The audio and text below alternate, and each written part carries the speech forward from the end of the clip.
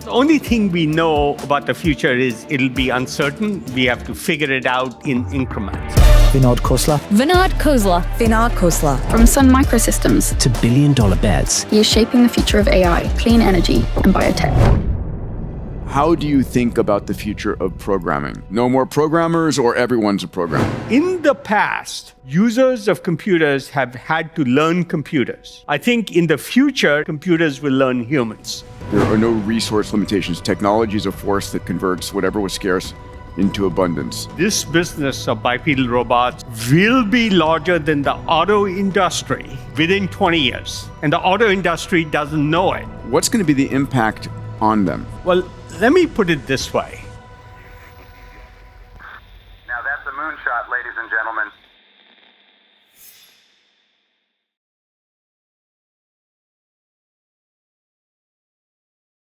Welcome, Vinod. Thank you. It's been too long. It's been long, but it's great to see people who believe in abundance. Yes. To see so many people who believe in it. So congratulations for that. My favorite saying is skeptics never did them possible. Yes. So that's a good place to start. It is. And you know, I've had the pleasure of knowing you for, a couple of decades now, and to be in some deals together through Bold Capital, but always love your vision. But I think it's important for you to realize that Vinod, beyond being a great investor, is an entrepreneur and a company builder. You've built some extraordinary companies. Thank you. I want to read I have to say, in 40 years, I haven't once called myself an investor. Yes. Because I don't like investors very much. So in December 23, I have a wide range of questions. I'll try and get through as many as we can. And please take your questions down for Vinod, because we'll be going to Q&A with him and Brett shortly. So December 23, you predicted 1 billion bipedal robots by 2040. And that the robots would play a larger role than the auto industry. And 6 months ago, you suggested robots could be at 10K and be as essential as a smartphone. So coming off of Brett's presentation, talk to me about your thoughts on I think Brett is right. It is going to be a large business. And from a situational awareness point of view, how many people have read the situational awareness paper?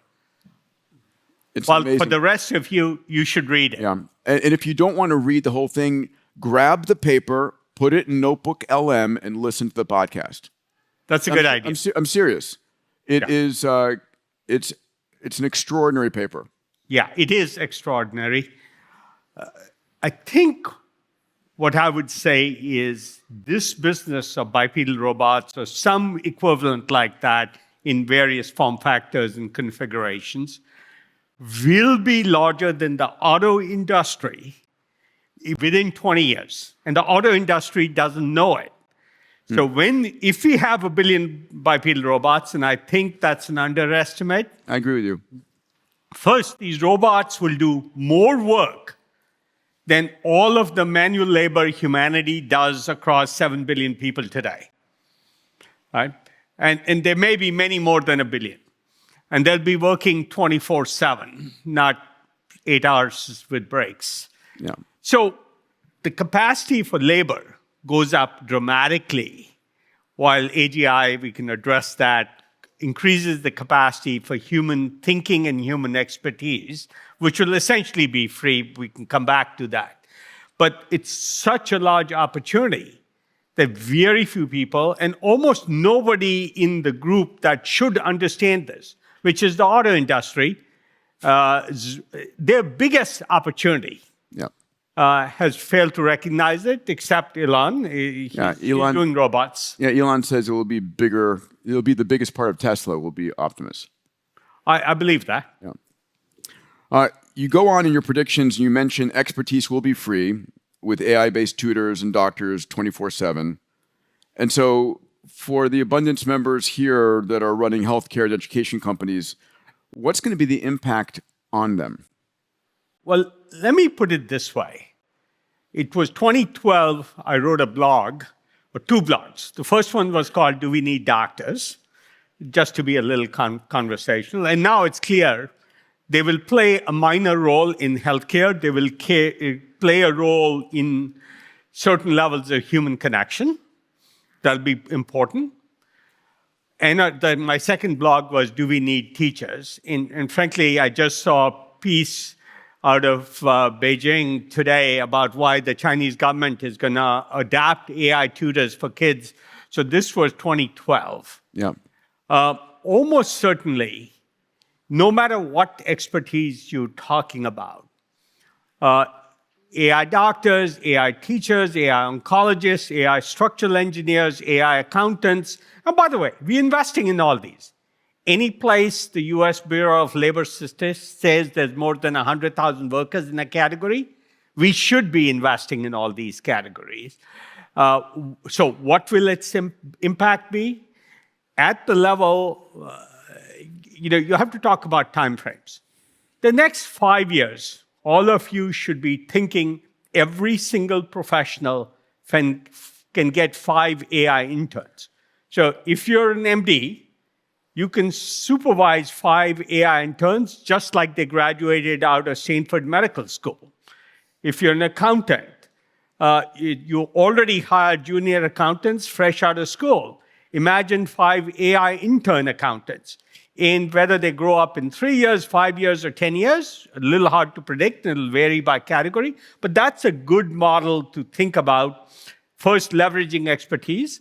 But the more interesting question that I've asked a number of boards I speak to in the healthcare business is, if all expertise were free, how would you design a healthcare system? And I think that's the right question. That's the right model. That's the right model for if you're a healthcare provider of any sort.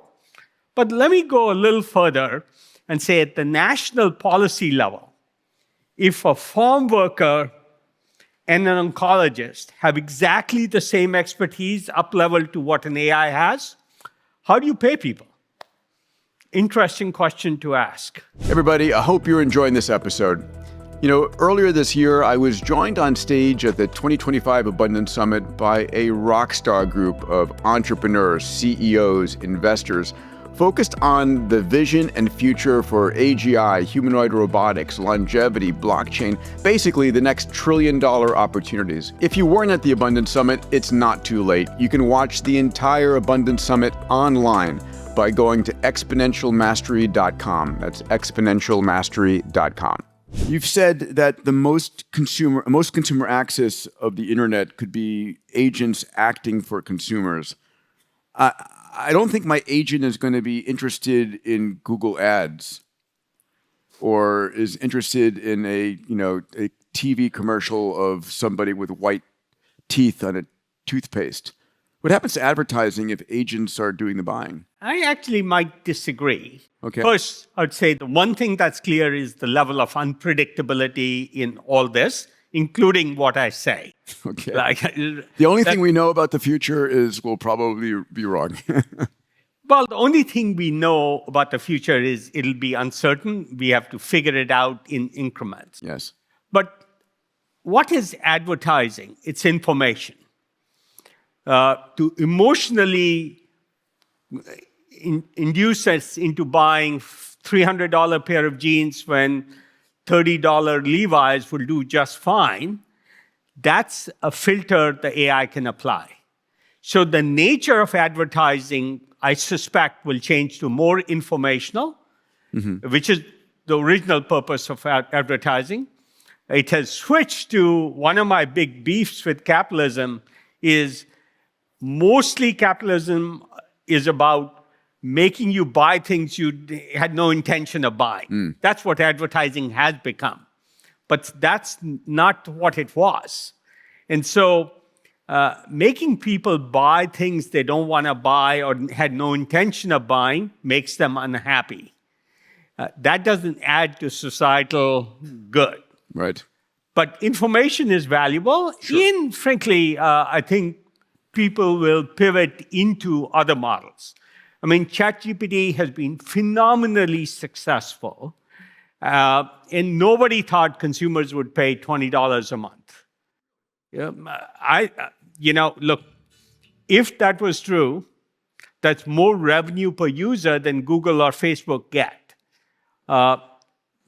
In fact, they should have tried this model earlier if they added enough value, which, in the past, pre-AI, they had added a lot of value. So where will this stop? The $200 a month level of ChatGPT is incredibly valuable. How many people have tried it?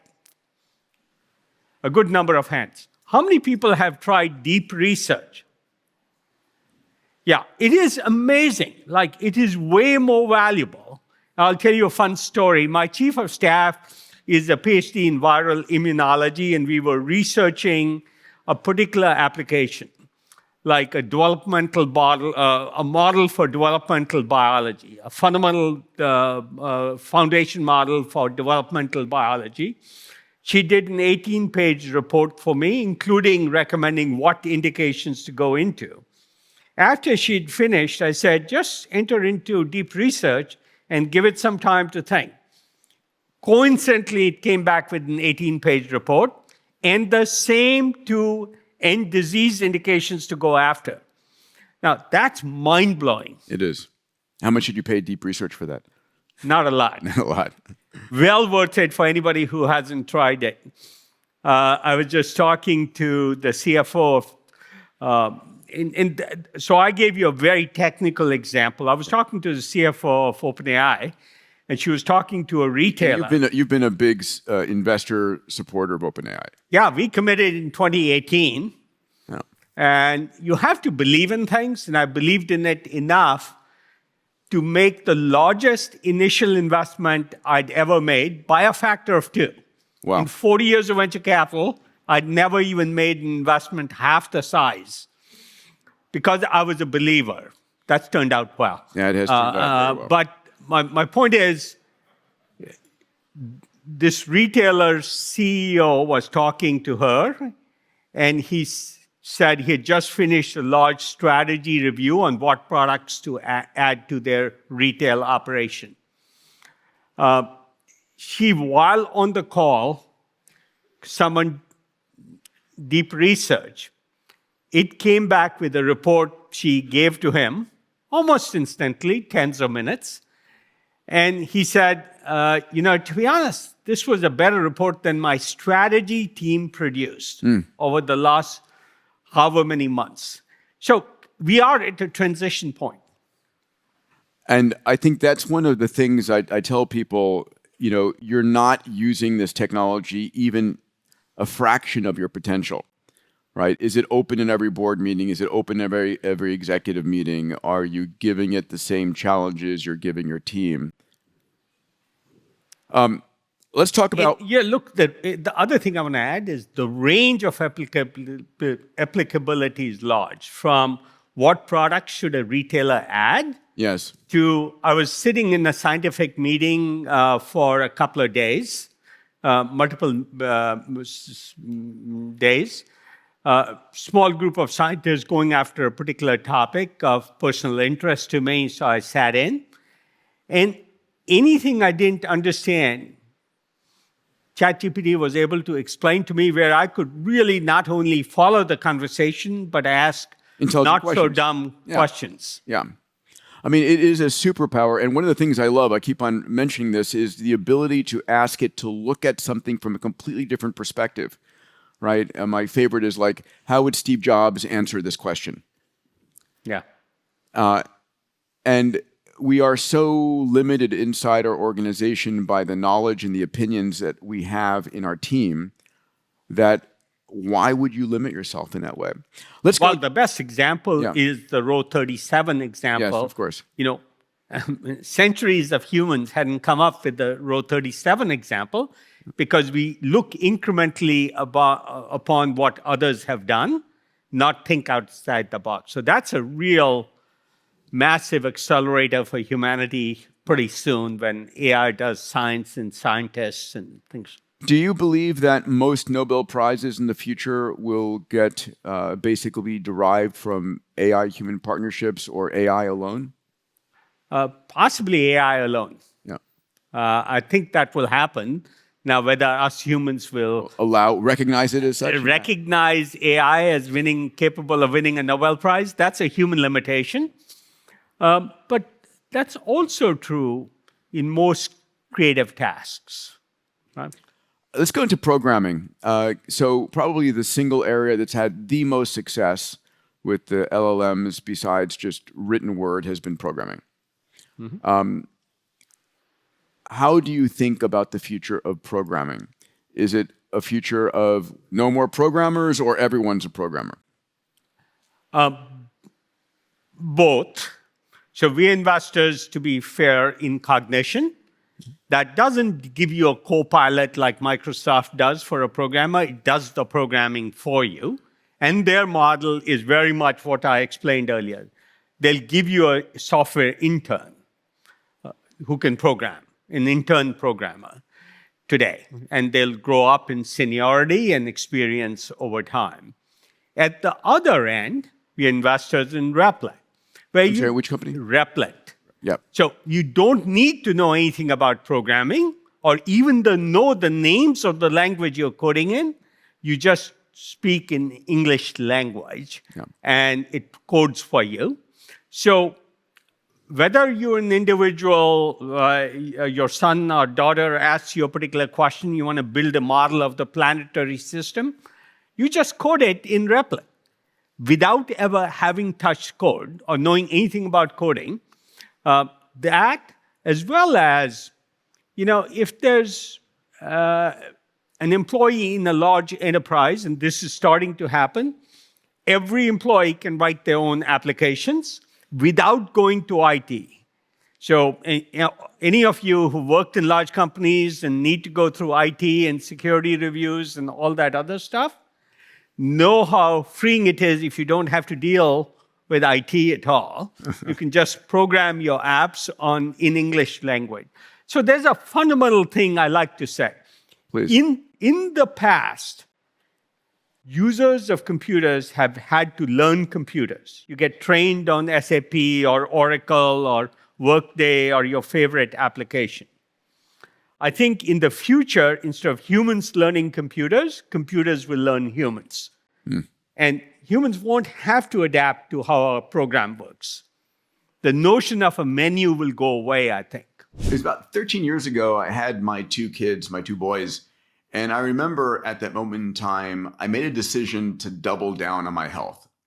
Without question, I wanted to see their kids, their grandkids, and really, during this extraordinary time where the space frontier and AI and crypto is all exploding, it was like the most exciting time ever to be alive.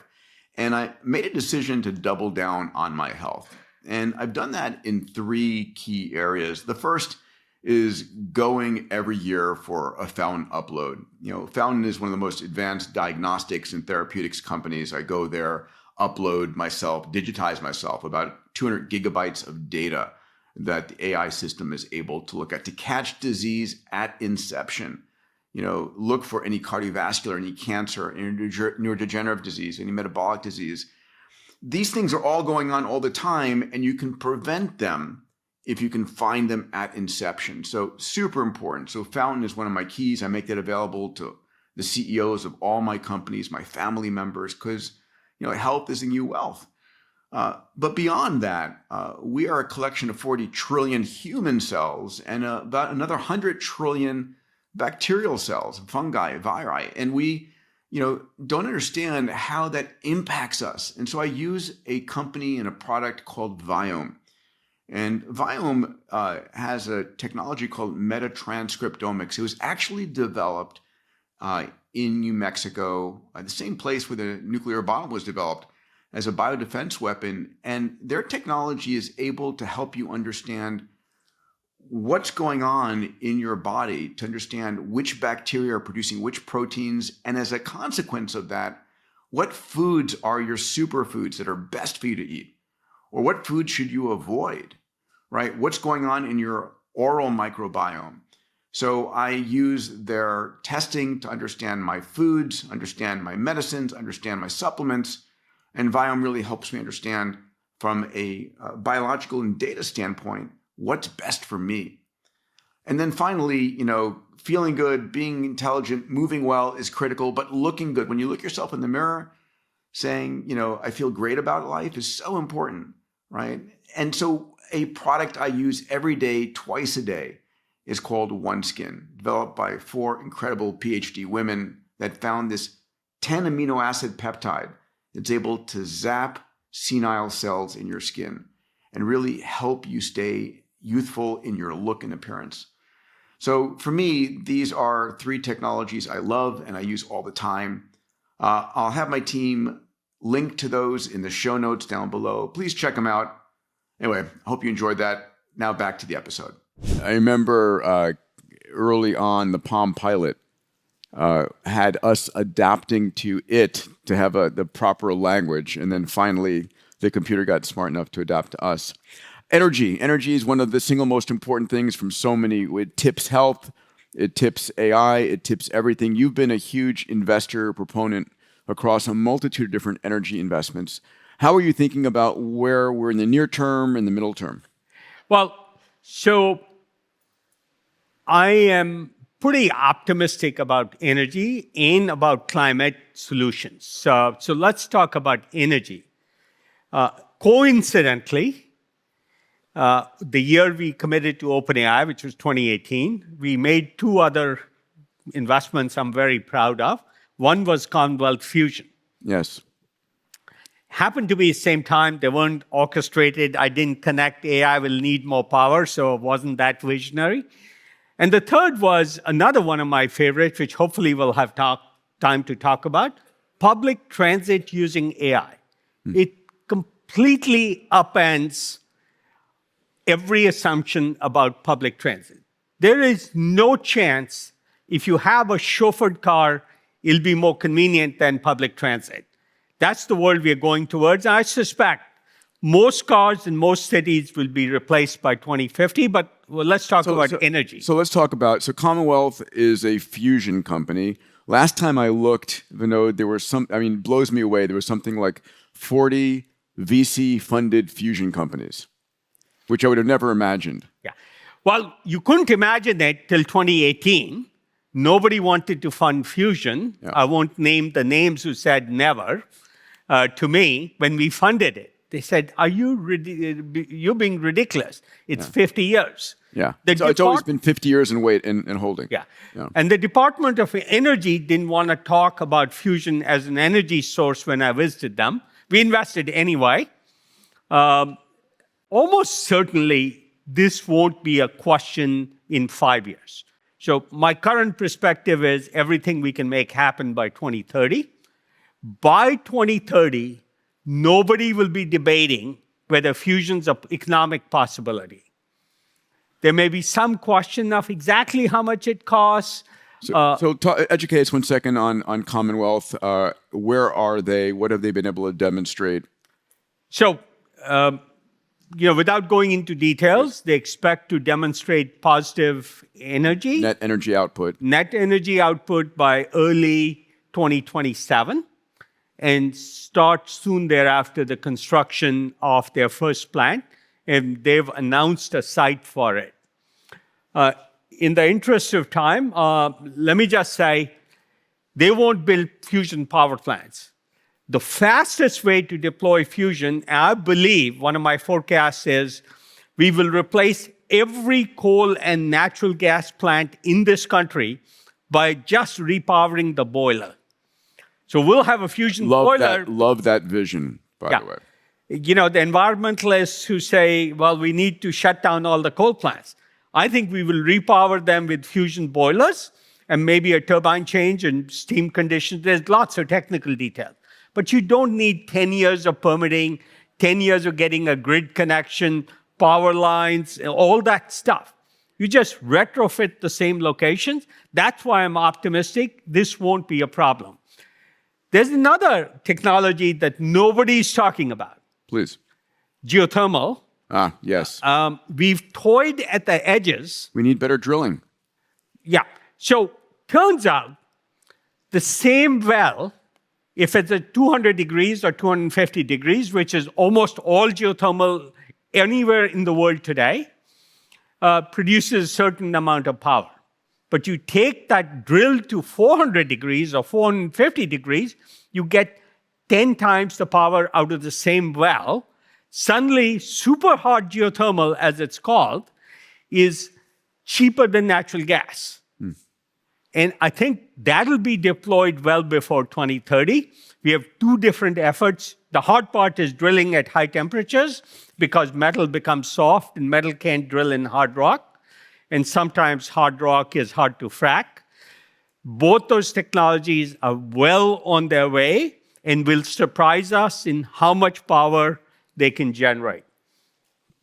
Do you want to jump into cultured meat?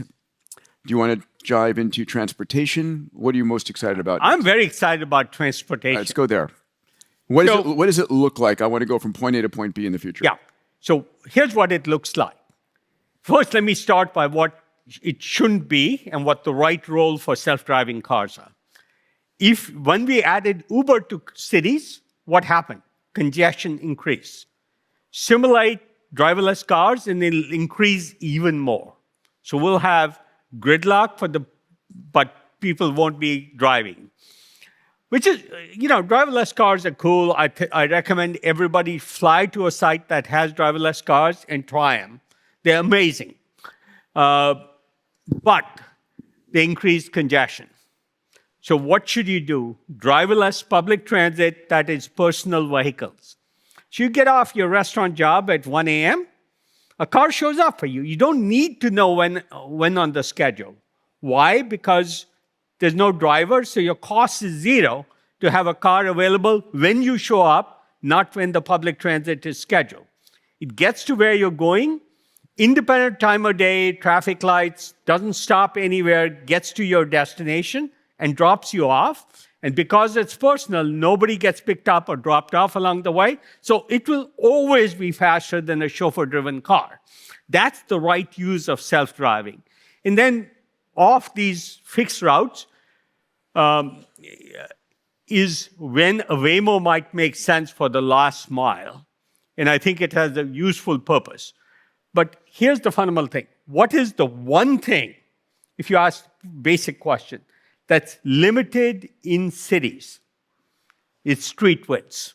Only one thing limited, everything else you can change. And so if you can increase the throughput of streets, because you're not going to destroy the buildings on both sides of a street, you got solved congestion.